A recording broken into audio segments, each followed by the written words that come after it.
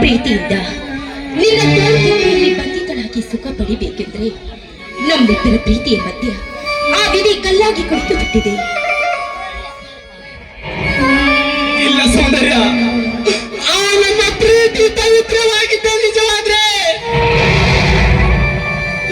ಆ ಕಲ್ಲೆಂಬ ವಿಧಿಯು ಪುಡಿ ಪುಡಿಯಾಗಿ ಬೀಳಿದರೆ ಸಂದೇಹವೇ ಇಲ್ಲ ಸೌಂದರ್ಯ.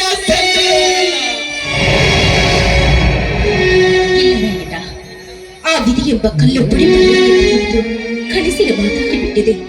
ಅದು ಅಲ್ಲದೆ ನಿನ್ನ ಪವಿತ್ರವಾದ ಪ್ರೀತಿಗೆ ತಕ್ಕ ಪ್ರೇಯಸಿ ನಾನಲ್ಲ.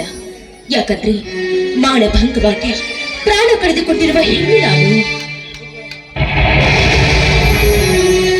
ಸೌಂದರ್ಯ, ನಿನ್ನ ದೇಹ ಮಣ್ಣಲ್ಲಿ ಮಣ್ಣಾಗಿರ್ಬೋದು ನಿಜ,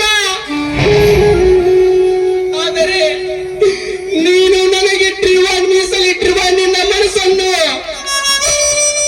ಮಣ್ಣಿನೊಡನೆ ಹಾಗೆ ಇಟ್ಟಿರುವ ಸೌಂದರ್ಯ.